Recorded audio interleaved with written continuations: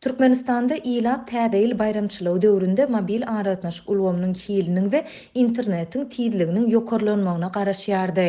Ýöne adamlaryň bu umydy puja çykdy. Raýatlar ýurduň ýeketäk mobil operatory bolan Altynasyr öýjükli aratnaşyk kärhanasynyň hyzmatlarynyň hiliniň juda pes bolandygyny aýdýarlar. 31 dekabrda ahal welaýatynyň tejen etrawyna mobil telefonlardan jaň edip SMS hatlaryny iýerip bolmady. Abonentleri iýerilen SMS-ler birnäçe gün soň bardy.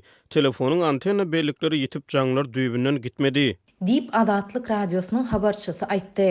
Raýatlar daşary ýurtlarda işleýän ýa okuyan dogan garyndaşlar bilen hem habarlaşyp bilmediler. Täze ýyl bayramy döwründe täze ýylyň ilkinji günlerinde mobil aragatnaşyk ulgamyny güýçlendirmekden geçen gaýta onuň hilini öňküsünden hem beter peseltdiler. Dip tejenli ýaşaýjy anonimlik şertinde aýtdy.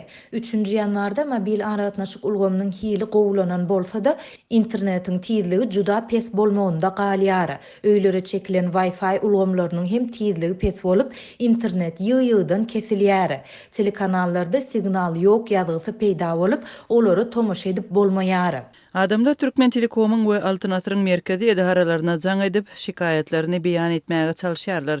Ýöne bu edaralarda jaňlara hiç kim jogap bermeýär. Dip tejenli ýaşaýjy aýtdy. Türkmenistanda şol sanda ahalda öý internet hyzmatlary Türkmen Telekom aratnaşyk kompaniýasynyň Ahal Telekom elektrik aratnaşyk kärhanasy we mobil internet hyzmatlary Altynasyr ýapyk görnüşli paýdarlar jemgyýeti tarapyndan ilata hödürlenýär.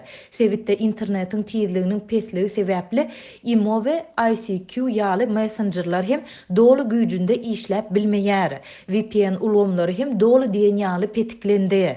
Tölegli ýa-da tölegsiz VPN-lere birigip bolmaýar. Bu çäklendirmeler, onuň sebäpleri we haçana çenli dowam etjekdigi barada Altynasyrdan we Türkmen Telekomdan resmi düşündürüş ýa kommentari alyp bolmady. Dünýäde iň haýal we iň gymmat internetli ýurtlaryň biri bolmagynda galýan Türkmenistanda häkimetler ilat üçin garaşsyz maglumatlaryň el ýeterliligini ýyllar boýy çäklendirip gelýärler. Bu çäklendirme wagtal hususanda ýurtda bellenilýän uly bayramçylyklaryň ýa halkara çäreleriniň dowamında hasta güýçlendirilýär. Ýurtda iri sosial torlar, messengerler we garaşsyz habar websaytlary petikli bolmagynda galýar.